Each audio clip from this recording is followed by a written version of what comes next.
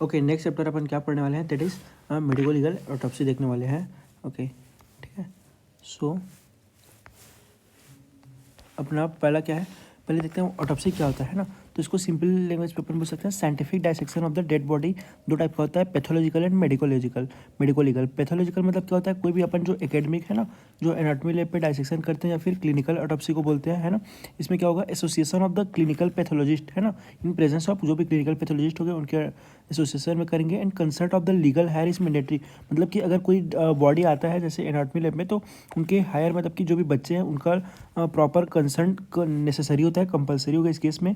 और ऐसे बॉडी का हम लोग डाइसेक्शन करते हैं जहाँ पे जो डेथ का कॉज ऑफ डेथ होगा वहाँ पे नेचुरल डिजीज़ के केस में होगा। ओके, रीज़न क्या होता है, in order to acquire the knowledge and while treating the, ताकि ऐसा सेम पेशेंट को अपन फ्यूचर में ट्रीट करें तो इजीली ट्रीट कर पाए, है ना। सेकेंड होता है मेडिको लीगल ऑटोप्सी, जिसको कि इन्वेस्टिगेटिंग ऑफिसर करता है ना, जिसको अपन सिंपल वे पे पीएमबी सिंपल लैंग्वेज में पीएमबी बोलते हैं।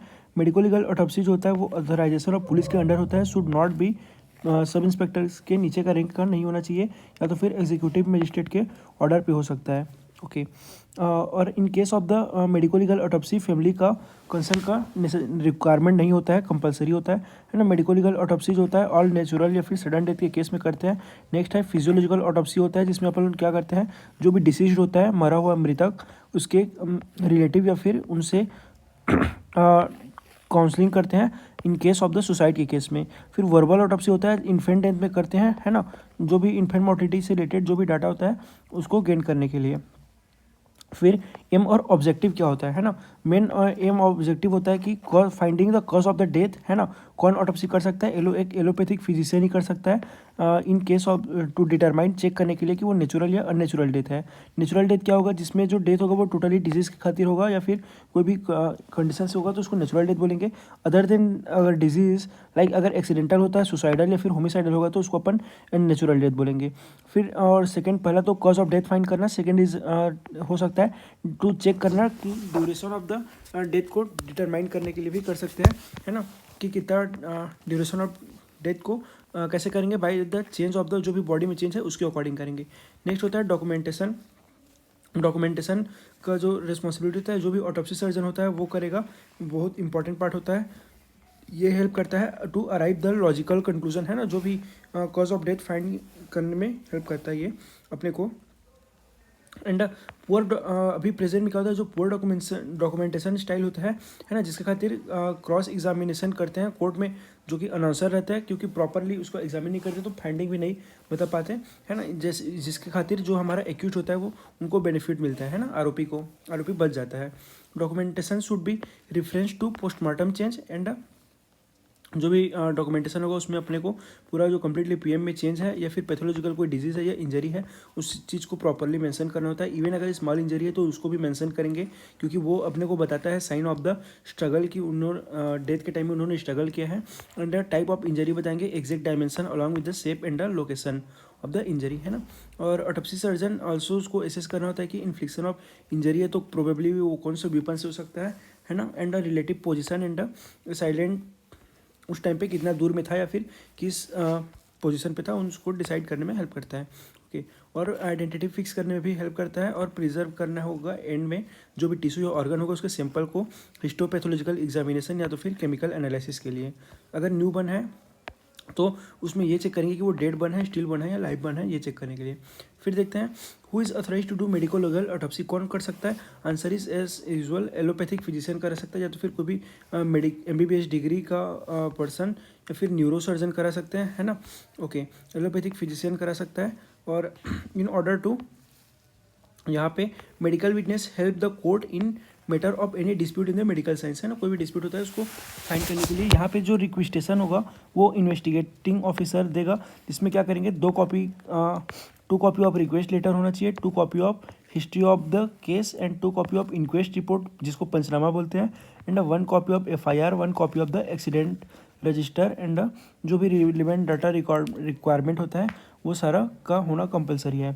ओके, फिर medical officer must carefully go through the inquest report, ये सबसे इंपॉर्टेंट होता है, जिसके रीज़न से अब जो ऑटोप्सी फाइंडिंग में ईजी होता है ना, कि जो भी पंचनामा होता है उस रिपोर्ट का होना नेसेसरी होगा उसको प्रॉपरली उसके थ्रू डिटेल से स्टडी करना है, जो कि कॉज ऑफ डेथ फाइंड करने में हेल्प करता है डॉक्टर को। ओके, फिर यहाँ पे लिखा है what are the procedure of the external and internal examination and autopsy. तो कोई भी पेशेंट का अगर अपन मतलब कोई भी डेड बॉडी का अपन ऑटोप्सी करेंगे तो सबसे पहले क्या देखेंगे, एक्सटर्नल एग्जामिन करेंगे। एक्सटर्नली अपन सीक्वेंस वाइज करना है। सबसे पहले अपन क्लॉथ देखेंगे, क्लॉथ में कोई भी टीयर या स्टेन है कि नहीं, और उसके बाद उसका नेसेसरी फोटोग्राफ लेना होगा। अगर कोई स्टेन प्रेजेंट है तो उसको टेस्ट के लिए भेजना होगा कि वो स्टेन किस चीज़ का स्टेन है।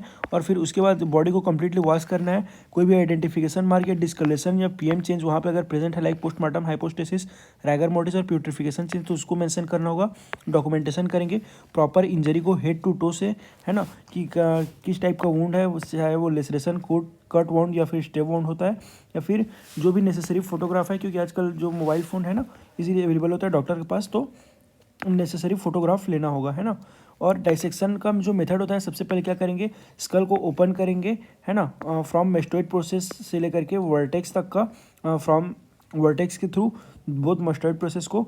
और फिर क्या करेंगे, जो भी स्काल्प में चेक करेंगे, कंट्यूजन ब्रूसनेस होगा तो उसको डॉक्यूमेंट करेंगे, है ना। और अगर कहीं पे स्कल में फ्रैक्चर है, इधर वो फिसर किमेटेड डिप्रेस हो, तो उसको भी मेंशन करेंगे। फिर कैल्वेरियम को ओपन करेंगे। इसमें पहले एक्स्ट्राड्यूरल हिमरेज चेक करेंगे। हिमरेज अगर प्रेजेंट है तो वो थिक फिल्म के फॉर्म में प्रेजेंट होगा, यूजुअली सेम साइड में प्रेजेंट होता है एक्सटर्नल इंजरी के, in case of the coup injury. और फिर उसके बाद एक्स्ट्रा ड्यूरल हेमरेज चेक करने के बाद उसके बाद मेनिंजेस को ओपन करेंगे। उसमें सब ड्यूरल हेमरेज के लिए चेक करेंगे। ये नॉर्मली थीन होता है बट थिक भी हो सकता है, ब्रेन के सरफेस में प्रेजेंट होता है ना। इसको वॉश करेंगे थ्रूली बाय द फ्लोइंग वाटर, है ना। जो अगर सब ड्यूरल हेमरेज है तो वो इजीली वॉश आउट हो जाएगा। अगर उसके बाद फर्दर वो और डीपर में प्रेजेंट है, सब एरेक्नोइड में अगर प्रेजेंट है तो फिर वो वॉश ऑफ नहीं होता है ना। फिर डाइसेक्ट करेंगे artery of the circle of Willis को चेक करने के लिए कि उसमें एरिथ्रोमेटस प्लेग या एन्यूरिज्म प्रेजेंट है कि नहीं। ब्रेन टिश्यू को फिर फर्दर प्रॉपर स्लाइस करेंगे, है ना, चेक ब्रेन नाइफ से चेक करने के लिए इंट्रा सेरेब्रल हेमोरेज या फिर फर्दर जो भी ब्रेन में कुछ इंजरी अगर प्रेजेंट है कि नहीं वो कंफर्म करने के लिए। फिर पॉन्स और मेडुला को भी एग्जामिन करेंगे।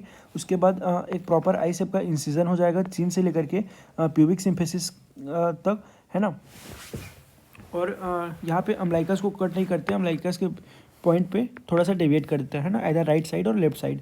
ओके, और अगर नेक पैथोलॉजी का अगर सस्पेक्टेशन होता है तो उस केस में, जैसा पिछला केस में हमने बोला कि चीन से लेकर के प्यूबिक सिम्फेसिस, बट अगर नेक पैथोलॉजी होगा उस केस में सुप्रास्टर्नल से प्यूबिक सिम्फेसिस तक इंसिजन देंगे, है ना। और नेक वाले रीजन को अपन लास्ट में रिमूव करेंगे ताकि अपने को ब्लड लेस नेक मिल सके, है ना। तो इजीली जो भी पैथोलॉजी होगा इजीली आइडेंटिफाई करने में इजी होगा। और अगर ओल्डर एज है लाइक अबव 40 ईयर, तो वहाँ पे डिसआर्टिकुलेट कर देंगे स्टर्नोक्लेविकुलर जॉइंट को, है ना, कोस्टोकॉन्ड्रियल जंक्शन से कट करके, और रिलीज कर देंगे, release the floor of the tongue, है ना, टंग के फ्लोर को सेपरेट कर लेंगे। फिर उसके बाद मैंडिबल से उसको सेपरेट करके कंप्लीटली टंग टू रेक्टम को एन मास के फॉर्म में, सिंगल मास के फॉर्म में कंप्लीटली सेपरेट आउट करेंगे, है ना, डायफ्राम से रिलीज करके through in retroperitoneal and attachment. और फिर उसके बाद एग्जामिन करेंगे, डाइसेक्ट करेंगे हर ऑर्गन को सेपरेटली। हार्ट का फाइंडिंग में देखेंगे तो सबसे पहले पेरिकार्डियल फ्लूइड एग्जामिन करेंगे, हार्ट को कम्प्लीटली वॉश करेंगे, है ना। पेरिकार्डिटिस के लिए चेक करेंगे, जो कि अपने को वाइट या फिर पेल एरिया डिस्कलेशन देखने मिलता है। हार्ट का वेट करेंगे एंड देखेंगे सब एपिकार्डियल पिटिकल इक्यूमेटिक हेमरेज उसमें प्रेजेंट है कि नहीं। और इलेक्ट्रोट्यूजन के लिए देखेंगे, एस्फेक्सियल डेथ के लिए भी सिम्टम देख सकते हैं अपन को लेफ्ट वेंट्रिकल में या फिर रूट ऑफ एओर्टा में भी देखने मिलेगा। फिर हार्ट का डाइसेक्शन करेंगे, है ना, अलॉन्ग द ब्लड फ्लो के डायरेक्शन की लाइन पे, और आइडेंटिफाई सुपीरियर इन्फीरियर वेना कवा को आइडेंटिफाई करने के बाद उसमें से सीजर पास कराएंगे, जो कि राइट एट्रियम में ओपन हो जाएगा।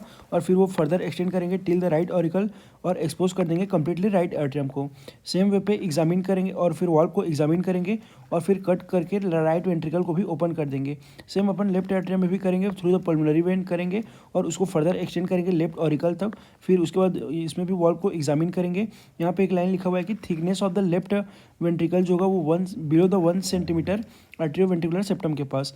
फिर कोरोनरी आर्टरी का डाइसेक्शन करेंगे, है ना, आइडेंटिफाई करेंगे राइट और लेफ्ट कोरोनरी ऑस्टिया को, और वहाँ से फिर डाइसेक्ट करेंगे passing through the small curve coronary scissors के थ्रू, है ना, lumen of the coronary artery के through the ostia, and pass the scissors along the entire course of the vessels, है ना, और एक्सपोज कर देंगे उसके भी ल्यूमेन को। वहाँ पे चेक करेंगे एरिथ्रोमेटस प्लेग या फिर थिकनिंग, नेरोइंग या हेमोरेज प्रेजेंट है कि नहीं। अनदर वे एग्जामिन है, कोरोनरी आर्टरी को एग्जामिन करने का वे है, जिससे अपन क्या करेंगे, ये अगर कोरोनरी आर्टरी है तो इसको अपन सेक्शन वाइज काटते जाएंगे एट इंटरवल ऑफ 3 mm के, है ना।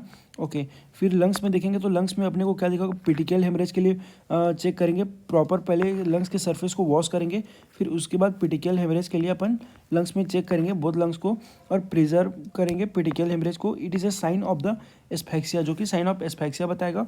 और multiple petechial ecchymotic haemorrhage more on the upper lobe of the lungs, जिसको अपन को अपर लोब ऑफ लंग्स में देखने मिलेगा in case of the aspiration and more concentrated, है ना, अपने को इंटरलोबर सरफेस में देखने मिलेगा in case of the इलेक्ट्रोट्यूजन।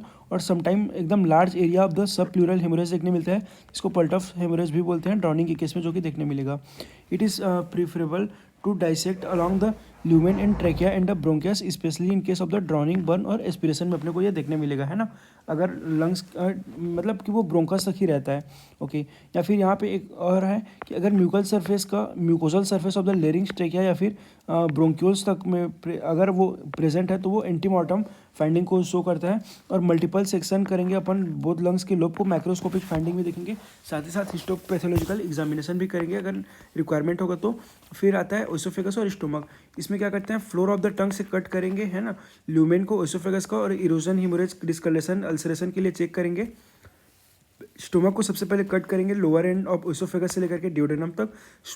Stomach को ओपन करेंगे through the lesser curvature and फिर उसके बाद उसमें कलर, ओडोर, जो भी फूड कंटेंट अगर प्रेजेंट है तो उस सबको सेपरेट कर देंगे और केमिकल एनालिसिस के लिए भेजेंगे, स्टोमक को भी भेजेंगे। फिर लीवर सरफेस में क्या करेंगे, प्रॉपरली वॉश करके उसमें चेक करेंगे कोई डिस्कलरेशन या नोडुलरिटी प्रेजेंट है कि नहीं, और multiple parallel line linear incision को चेक करेंगे, है ना, लेयर बाय लेयर की कोई एबनॉर्मेलिटी है कि नहीं।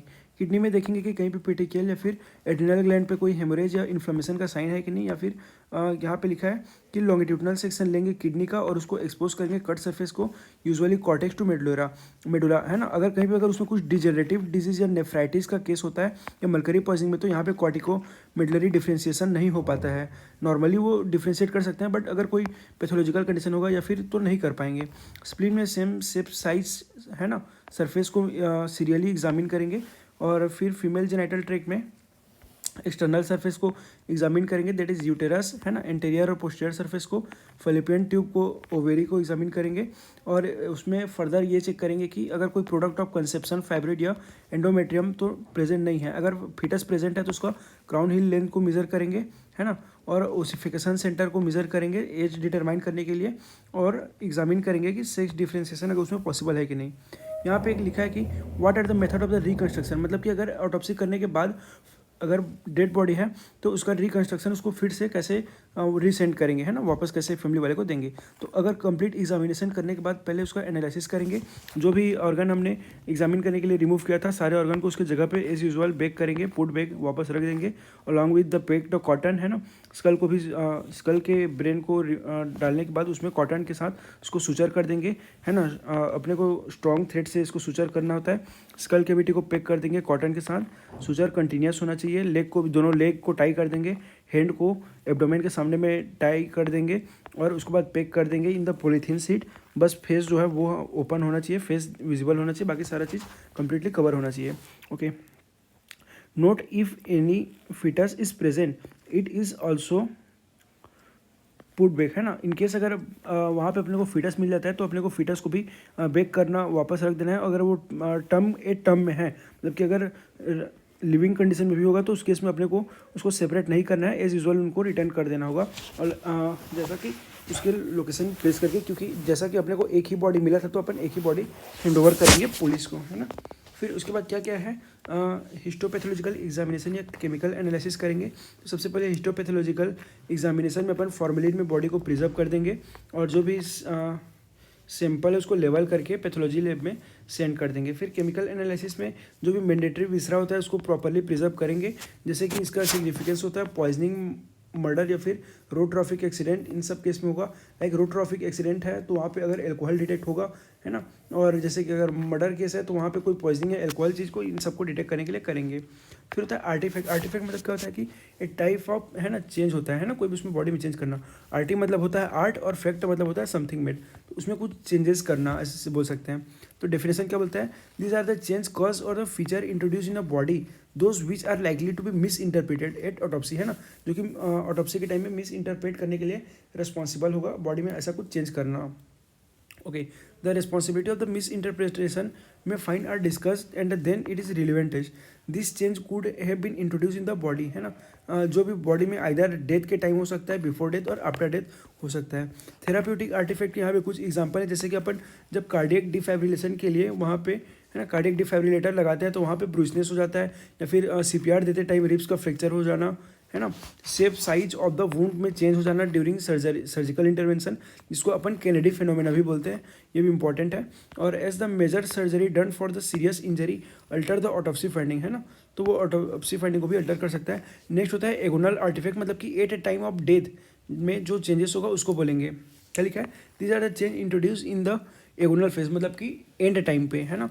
तो पहला होता है aspiration of the gastric content हो सकता है एगोनल टाइम पे, स्पेशली जब पेशेंट हमारा अनकॉन्शियस या एल्कोहलिक होता है उस केस में, या फिर हैंडलिंग के टाइम में अगर प्राइमरी फील एसिडिटी के खातिर भी जो स्टोमक का कंटेंट होता है वो रेस्पिरेटरी ट्रैक्ट में आ जाता है। तो यहाँ पे केयरफुल डाइसेक्शन करना है। इसमें अगर केयरफुल डाइसेक्शन करते हैं तो जो कंटेंट होगा वो अगर अप टू प्राइमरी ब्रोंकस तक है तो ये अपन आइडेंटिफाई हो जाएगा ये चीज़, है ना। और absence of the material in the अगर ब्रोंकल्स में वो अब्सेंट है तो वो कन्फर्म कर देगा कि वो नॉट एंटीमॉर्टम फाइंडिंग है। ओके, नेक्स्ट है in the case of the injury, जब अगर डेथ जो है वो रैपिड हो जाएगा तो उस केस में अपने को कोई विजिबल हेमोरेज या एक्स्ट्रावेजेशन देखने नहीं मिलेगा, है ना। एंड जैसे कि अगर कोई एक डेड बॉडी है रोड साइड में, उसका डेथ हो गया है ना, कोई पर्सन का डेथ हो गया है, फिर उसके बाद उसमें अगर गाड़ी चल जाता है उसके ऊपर में तो प्रोबेबली वो अपने को रोड ट्रैफिक एक्सीडेंट लगेगा, बट एक्चुअल में वो रोड ट्रैफिक एक्सीडेंट नहीं था। ये सेम एग्जांपल है। फिर देखेंगे पोस्टमार्टम आर्टिफैक्ट। तो पोस्टमार्टम आर्टिफैक्ट में क्या होता है, ये होता है ड्यू टू हैंडलिंग, ट्रांसपोर्टेशन या फिर स्टोरेज में कोई गलती होना जिसके खातिर चेंजेस आएगा, या फिर ड्रैग मार्क, कोल्ड स्टिफनिंग, ये सारे होंगे। प्रीडेटर या फिर कुछ रीज़न से म्यूटिलेशन हो जाना, है ना। Decomposition like the marbling, postmortem purging, या फिर डॉक्टर अगर लेस इन एक्सपीरियंस है तो इस केस में भी हो सकता है। फिर adopting the improper autopsy technique, it result अगर फास्ट इंटरप्रेट करने के लिए रिस्पॉन्सिबल होता है। फिर देखेंगे ऑब्सक्योर ऑटोप्सी या नेगेटिव ऑटोप्सी क्या होता है। तो थ्रू द कंप्लीट ऑटोप्सी, कुछ कंप्लीट ऑटोप्सी प्रॉपर एग्जामिनेशन करने के बाद भी अगर अपने को कुछ भी फाइंडिंग नहीं मिलता है तो उसको अपन बोलते हैं ऑब्सक्योर ऑटोप्सी या नेगेटिव ऑटोप्सी। इसका रीज़न देखते हैं। मस्ट कॉमनली कब होता है, नॉर्मली अगर जब बॉडी कंप्लीटली डिकम्पोज हो जाता है तो उस केस में अपने को ये मेनली देखने मिलता है। And challenge to the autopsy surgeon, है ना, वो ऑटोप्सी सर्जन के लिए चैलेंजिंग होता है आउटकम को फाइंड करने में। या फिर बहुत सारे नेचुरल डिजीज होते हैं like vagal inhibition, anaphylaxis, metabolic कज, यूरेमिया और सेरेब्रल कॉन्शियसनेस, तो इस केस में भी अपने को देखने मिलेगा। और डेथ अगर रेयर पॉइजन के खातिर हुआ है जो जिसको कि अपन हमारे इंडिया में जैसे डिटेक्ट करने का अगर फैसिलिटी प्रोवाइड नहीं है तो उस केस में भी अपन उसको ऑब्सक्योर या नेगेटिव ऑटोप्सी बोलेंगे। फाइंडिंग में आता है वो। और हमारा स्नेक बाइट, इलेक्ट्रोट्यूजन या फिर bite mark of the electric entry wound is not visible, तो इन सब केस में भी उसको आएगा। और लास्ट है हमारा फॉल्स मिसलीडिंग हिस्ट्री, है ना, कभी कभी फॉल्स हिस्ट्री के खातिर भी अपन नहीं आइडेंटिफाई कर पाते। इंसिडेंस ऑफ नेगेटिव ऑटोप्सी जो है वो नॉर्मली 2 to 5% होता है, बट इंडिया में हायर है ड्यू टू पुअर फैसिलिटी, है ना। और उसके बाद है इम्बाल्विंग। क्या होता है इम्बाल्मिंग, मतलब क्या होता है कि कोई भी बॉडी को प्रिजर्व करके रखना, डेड बॉडी को यूजिंग केमिकल में अपन नॉर्मली 10% का फॉर्मेल्डिहाइड और ग्लिसरीन यूज़ करते हैं, है ना। When tissue come in contact with the solution के कॉन्टैक्ट में, जब फॉर्मेलिन के जो भी फॉर्मेलिन प्लस ग्लिसरीन के कॉन्टैक्ट में आता है तो क्या हो जाएगा, प्रोटीन जो है वो कोगुलेट हो जाएगा, टिश्यू फिक्स हो जाएगा और इंटरनल ऑर्गन जो है वो हार्डन हो जाएंगे, है ना। तो डिकम्पोजिशन प्रोसेस है वो कंप्लीटली अरेस्ट हो जाएगा जिस फेज में अपन उसको इंट्रोड्यूस करेंगे। ये जो इम्बाल्विंग मेथड है वो अल्टर नहीं करता है बॉडी के टिश्यू और ऑर्गन को, है ना, बट ये डिफिकल्ट है स्लाइटली। कोई भी अगर डिजीज है तो उसको फाइंड करने में थोड़ा चेंज कर सकता है, बिकॉज यहाँ पे जैसे कि लिखा हुआ है कि due to fixation of the tissue embalming fluid, poisonous substance जो भी उसमें प्रेजेंट है अब उसको अपन डिटेक्ट नहीं कर सकते in the toxicological analysis method में। क्या करेंगे अपन, फुट पंप के थ्रू फीमोरल आर्टरी से जो भी फ्लूइड है उसको बॉडी में डालना स्टार्ट करेंगे और फाइनली एक ओपनिंग बना देंगे फीमोरल वेन में जहाँ से वो आउट हो जाएगा। ये कंटिन्यूसली अपने को फ्लूइड को देना है ना, बाय द रीजनेबल टाइम। उसको 30 मिनट के लिए अप्रॉक्स बॉडी में रखना होता है ना, अराउंड 30 मिनट, ताकि वो कम्प्लीटली सोख ले, है ना। फिर उसके बाद जो जितने भी इंटरनल ऑर्गन है उसको भी रिमूव करेंगे, स्मॉल कट कर देंगे, पीस में कट कर देंगे, उसको भी सोक करके एज यूजुअल बॉडी में फिर से अपन ऑर्गन को पुट बैक कर देंगे, है ना, कॉटन में डिप करा के। अगर स्टोमक या फिर इंटेस्टाइन है तो उसको स्क्वीज आउट बाहर निकाल लेंगे और प्रॉपरली स्क्वीज करके फिर से बॉडी में रख लेंगे ताकि वो बॉडी जो भी ऑर्गन है वो सारे ख़राब मत हो, है ना, इंटेस्टाइन ख़राब मत हो। External surface is embalm by the injecting the solution. External surface को इम्बाल्व कैसे करेंगे, सॉल्यूशन को इंजेक्ट करके। The solution can be injected into the eyeball face में भी इसको इंजेक्ट करेंगे, है ना। और दैट्स इट, थैंक यू।